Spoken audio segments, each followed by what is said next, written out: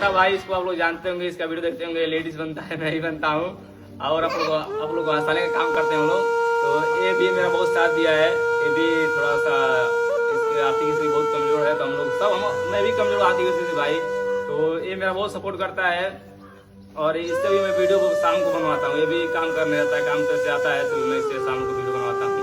तो मैं नहीं चाहता हूँ कि कोई किसी के मैं ऊपर दबाव डालूं या कुछ भी, सबको मैं फ्री रखता हूँ भाई, जब तुम खाली हो तब आओ मेरे साथ वीडियो बनाओ। तो ये खाली हो जाता है, उसके बाद आता है मेरे पास वीडियो बनाने, तो हम लोग साथ में मिल के वीडियो बनाते हैं। तो मेरा कदम कदम पे साथ ही कैमरा चलाता है, और छोटे छोटे बच्चे भी कैमरा चला देते हैं मेरा